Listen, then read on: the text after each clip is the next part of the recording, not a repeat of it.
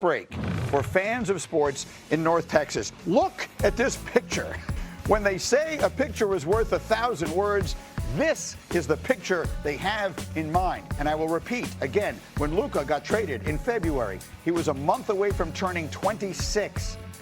Now here's Micah getting traded in August. He is 26. The city has traded away two great young players in the same year. D-Wood, now you are the beneficiary of that trade. You are our best known and most beloved Laker fan. So how would you describe this trade in reaction to that one as far as your level of surprise and the level of impact you think it will have? It's not even close. It's not even close. Like the impact, remember, Luka Doncic actually took the Dallas Mavericks to the NBA Finals. The Dallas Cowboys hasn't sniffed a Super Bowl since the mid-'90s. Right. Like, as great as Micah Parsons is, like, Luka Doncic is like MVP worthy type of guy. Like, he's like on that type of level. Right. So I just don't. I think it's really. Yeah, I think it's apples and oranges. I just think the Luka trade, it was a much bigger trade. Okay, one, Luka, ridiculous, yes. Yeah. Micah's ridiculous. Yeah, he's ridiculous. And yeah. Micah's a defensive player of the year, so I would comp that to. We've had Micah in the MVP conversations. He's had seasons when he has been in the MVP conversation.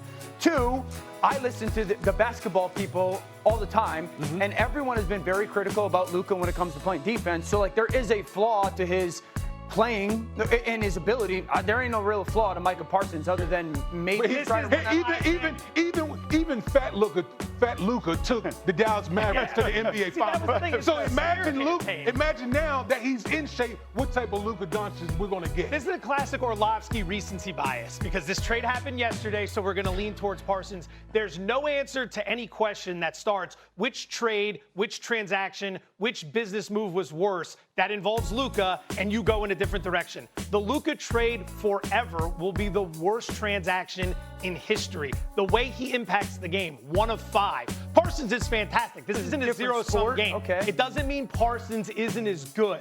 It just means he's 1 of 22. He's not on the field as much as Luka's on the court. He can't impact the game the way Luka impacts the game. The Luka decision will always be the worst decision. Always. People kind of got over it in a weird way because they got the Cooper flag. Yeah. No, but my point is they got the first pick, and all of a sudden it feels like they could be rebuilding around something entirely different. If you step in dog crap and then step in a $20 bill, it doesn't mean you're good with money. That's what happened in Dallas. It was an awful move, and then they fell into some money, and suddenly everyone's thinking like, hey, this actually might work out. That wasn't the plan. They got lucky. Dude, you ain't never been chased by one of those guys like Micah Parsons, man. That was a startling and horrific analogy to make. Go ahead, Nate. To be fair, if you didn't step in the crap first, the $20 bill wouldn't have stuck. So, I mean, maybe sometimes you got to make a mistake every now and then for things to work out. I think the comparison to Luka and Micah is not even close. Like, Dan, I appreciate you putting up the fight for football, but a top-tier basketball player like that, that type of guy's impact is much closer to a quarterback in football. So, if they trade away a top-of-the-league quarterback, then we're talking about someone who's led their team to the NBA Finals, then it could be closer. I think the Luka thing hurt a lot more than the Micah Parsons trade ever will, honestly.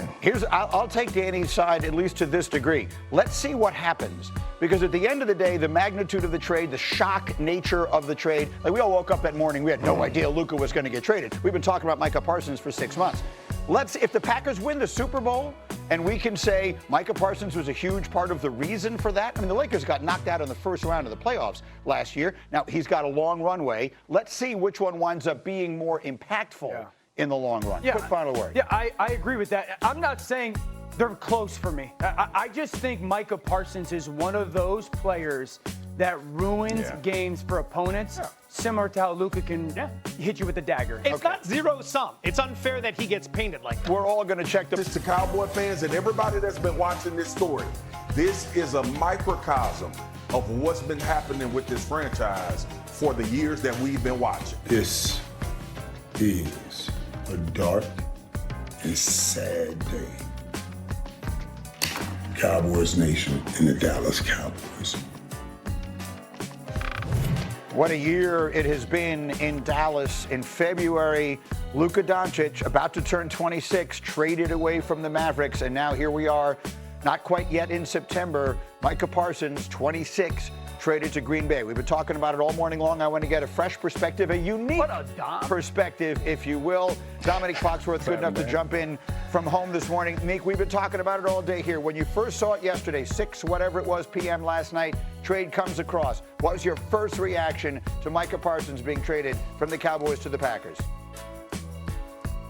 Dan Graziano be knowing, because he pretty much told us yesterday morning what was going to happen. And I also it's still surprising the fact that it eventually happened, because we've been talking about it all summer, it feels like, and no one actually believed it was going to go through. And then we get to this point, and everyone feels like up until this point has had the same critique and continues to have the same critique of Jerry Jones, which is interesting. But I've been trying to challenge myself, and on my show we do a thing called Make It Make Sense. When everyone is going in one direction, you have to try to make this decision make sense. And I think none of us thought the Cowboys were going to win the Super Bowl within the next 3 years or so, which is like the end of Dak's prime. So that's the best argument to make it make sense. And I understand also that if they wanted to make this move, they should have done it in March. But sometimes situations change. And if they start making more decisions over the next year or so that seem like they're gearing up to get a new quarterback, gearing up to move on from some other players, then it feels like it's a part of a newer strategy, but a more cohesive strategy. But right now, it's almost impossible to make it make sense. Yes, I mean, you saw the Twitter yesterday, everyone, this means they're going to get Arch Manning, in the same way that the Mavericks wound up getting Cooper Flagg. We're going to get to that in a minute.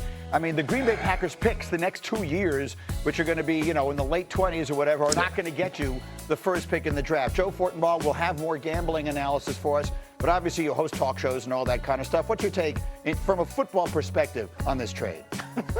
As an Eagles fan, I'm thrilled. Absolutely thrilled to move them out of the division. If you're Dallas, I think everything's already been said. I think every single person on this show has said it as perfectly as you can say it. You're in the business of scouting and evaluating talent. You bring in great talent.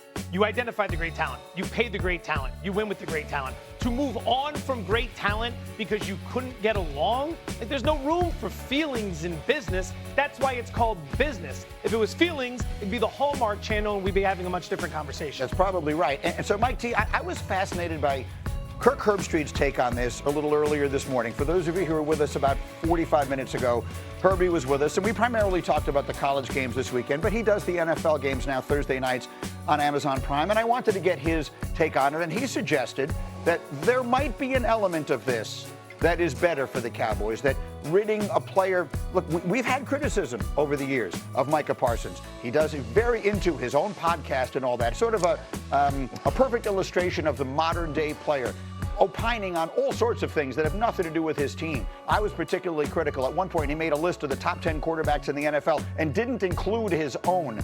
So Herbie was sort of suggesting that maybe Nick is not even having this. No, you're shaking your head. You're not even having this. No, I mean, hold on.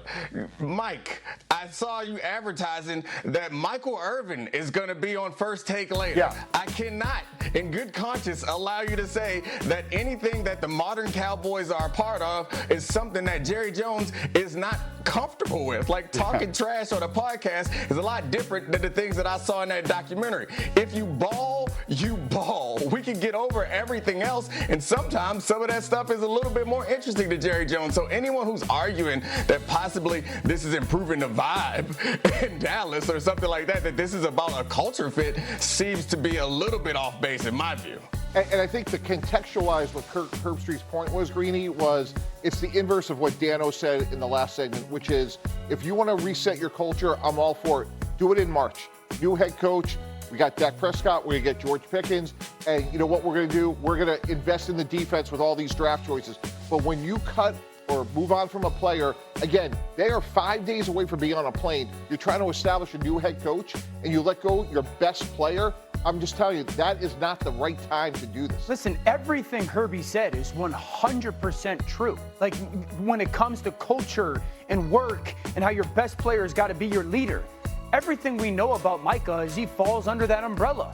To Micah's defense now, when it comes to maybe getting difficult in the building, this is also a guy that in both playoff situations, the defense against the 49ers was absolutely fantastic, and the offense let the team down, right? So, like, as a pass rusher, That's frustrating. Last year, Dak was out for a significant period of time. So you're sitting there feeling helpless in many ways. So I'm sure there's frustrations over the course of 2 or 3 years that boil up. But this isn't, as far as we know, something where Micah Parsons doesn't work hard enough, or Micah Parsons is lazy, or Micah Parsons is fracturing the locker room. That brings it to a different conversation. But from everything that we know and that has been said about Micah Parsons as far as a worker, as far as a competitor, as far as a game day player, it's only been rave. There's been moments of frustration because of the playoff failures on shoulders that aren't of the defense. Yeah, and I think even further, I would say that throughout the entire history of civilization, exceptions are made for exceptional people. Yeah. You know, you put up with a little bit more from Micah Parsons than you'll put up with from almost anyone else because he's just so ridiculously good. The one mathematical formula in every GM's office is production equals tolerance. Yeah, and in this case, there's no way in the world that was the math that ended it. Go ahead, Nate, give me a final word from you. Yeah, I mean, I know we're going to spend a lot of time on the Cowboys, but the Packers were a top 5 defense last year, and they were in the bottom of the league as far as pass rush win rate is concerned. This team, I know we're all saying it, they're a serious Super Bowl contender, but their defense might be dominant in a way, even though it's not completely flawless. When you can have a unit that can dominate the way that front might be able to dominate, and an offense that can get up and score early and put you in that position, that's when Micah was at his best. That's when the Cowboys were at their best. When Dak was scoring points early, and then Micah in that defense and Lawrence, they were eating and creating turnovers and blowing people out. This Packers unit could be scary.